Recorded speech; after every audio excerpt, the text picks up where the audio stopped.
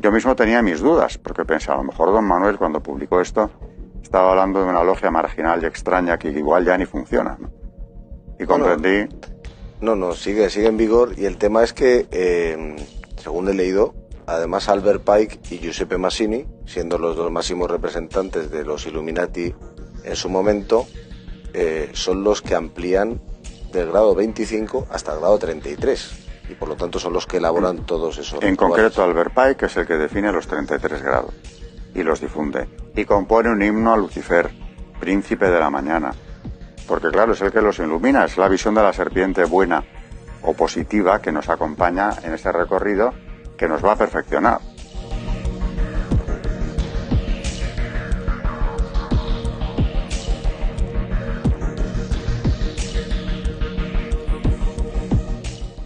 Se ha manejado el término Illuminati hasta la ciencia ficción casi, ¿no? Ahora se habla mucho de Illuminati para referirse a cosas muy distintas.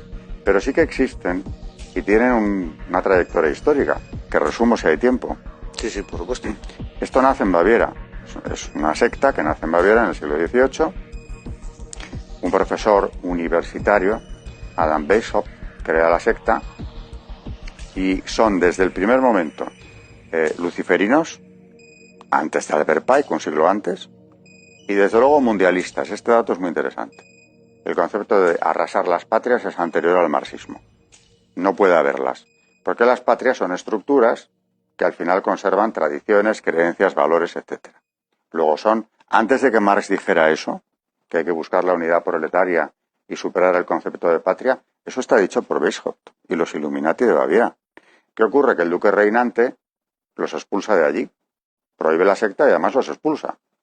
Y bueno, hay una rama que pasa a Francia y participa en la Revolución Francesa de forma muy activa, entre otros el conde de Mirabeau, que luego se acaba separando un tanto de la Revolución, pero que la impulsa de forma definitiva en su origen, y llegan incluso otra rama a Estados Unidos. Eso es muy interesante porque allí van a fundar la gran logia Columbia. Y de la Columbia, directamente, porque luego se suceden, aquí hay como una sucesión apostólica al revés, es una contraiglesia en muchos sentidos. De la gran logia de Columbia enlazas con la Rockefeller. Y no se ocultan. Los 3 seises de la bestia los tuvieron en el edificio Tishman, que es donde estaba la sede de la gran logia Rockefeller, pero bien visibles en lo alto del edificio, la he visto yo.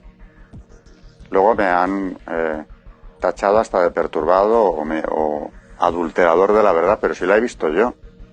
Aparte de que, claro, puede seguirle la trayectoria. La quitaron de la Quinta Avenida porque era mucho tenerla allí, iluminada de noche, en rojo, y las 3 seises ahora están en New Jersey, donde está la sede actual de la gran logia Rockefeller.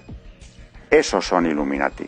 Y cuando en masonería se hable de obediencias de signo Illuminati o iluminista, estamos hablando de masonería abiertamente luciferina. La otra, la que no lo es de forma abierta, lo es también en su trasfondo. Incluyo a la Gran Logia de Inglaterra, que es la que no va contra el Estado. Lo que ha hecho es dominar a la dinastía actual porque nacen al tiempo.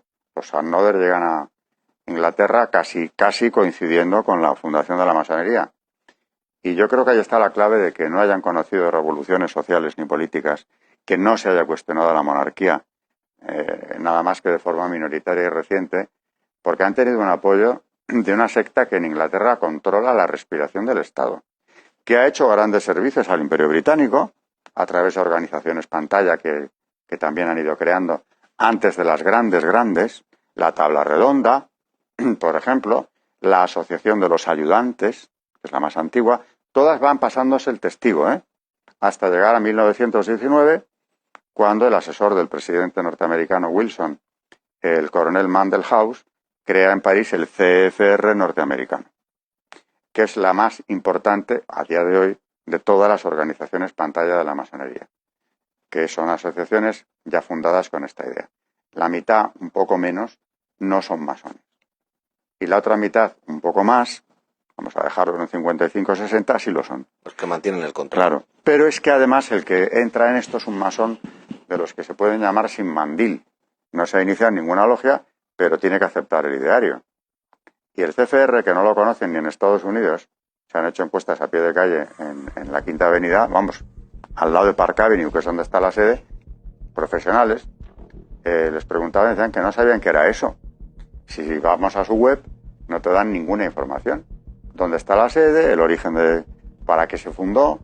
Siempre hay alguna excusa, algún escudo, ¿no? En el caso del CFR era para ampliar el conocimiento del mundo en los Estados Unidos. Siempre hay una cosa como de apertura, inclusión, comunicación. Muy bien. ¿Y cómo lo vais a hacer? No queréis hacer eso. Queréis controlar primeramente la política norteamericana y desde ahí el mundo que podáis controlar. Por eso el CFR es el que funda el Bilderberg en los años 50 ya del siglo XX. Ellos llevaban de rodaje desde el 19. El Real Instituto Inglés es la rama británica del CFR. Y por ahí pasa todo político que quiere hacer carrera en los Estados Unidos, aunque no sea masón, incluso aunque rechace abiertamente la masonería. Pero el CFR es un peaje que hay que pasar. Si quieres llegar a dirigir las grandes instituciones, desde la Casa Blanca, desde la presidencia, hasta el FBI o la CIA, ojo como no hayas pasado por ahí. ¿Cómo se lo cobran luego? En las administraciones de según qué presidentes, especialmente los masones, porque no todos lo han sido, ves un porcentaje, una presencia del CFR abrumadora. A día de hoy yo creo que esto de las organizaciones pantalla, como CFR, Bilderberg, la Trilateral, ha sido casi ya superado, porque las grandes organizaciones pantalla de la masonería, sin duda alguna, son las Naciones Unidas y la Unión Europea, las instituciones. Tom Sarovey, del que he hablado antes, el que se cayó cuando yo leí el rito del grado 29, ya en los 90 admitía que más de la mitad de los miembros del Parlamento Europeo eran masones. Eso explica la impronta que la Unión Europea está aplicando en materias como ideología de género. ¿Esto qué es? Le llamamos ingeniería social anticristiana. Y se lo toman con calma.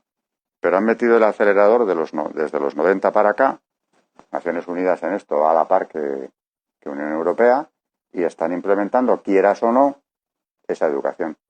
¿Hasta llegar a qué? Pues a lo que denunció Benedicto XVI como dictadura del relativismo.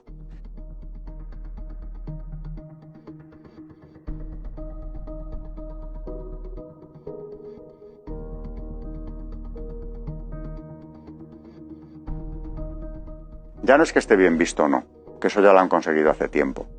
Lo de ser relativista es lo más democrático y moderno que existe. Sino imponerlo, quieras o no. Las palabras de la señora Celaá, muy recientes aquí en España, hablando de eso de que los hijos no pertenecen a los padres. Eso es puro dictadura del relativismo.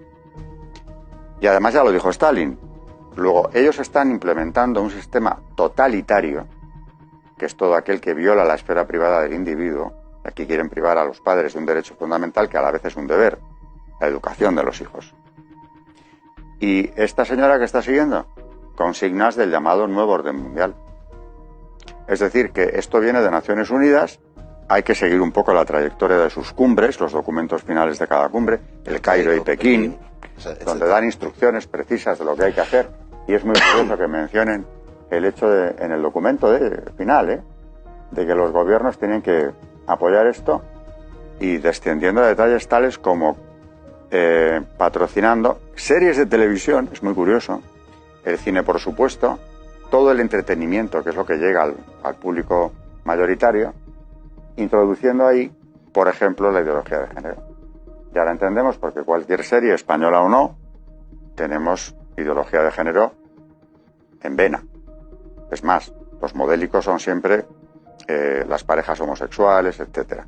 Eso no es casualidad. Ni se han puesto de acuerdo todos los directores o las productoras para hacerlo así. Eso es que las directrices vienen de Naciones Unidas. Con lo cual, ¿qué organizaciones pantalla de mayor entidad puede haber que esas? Además, Naciones Unidas para algunos ya es el modelo de gobierno mundial. Les queda dar un paso. Bueno, ellos han pensado, los Illuminati masones mundialistas, podríamos llamarlos hoy para generalizarlo más, que podría haber un paso intermedio de 5 gobiernos mundiales, 3, quizá, la trilateral iba en esa dirección, y lo mejor de todo, al final del proceso, 1, que podría ser Naciones Unidas porque ya tiene todos los elementos, legislativo, ejecutivo y judicial, y lo ponemos a gobernar el mundo, obligándote a aceptar que a tus hijos te los quite el Estado, nada más opuesto a la doctrina de la Iglesia, para educarlos en qué, en sus contravalores.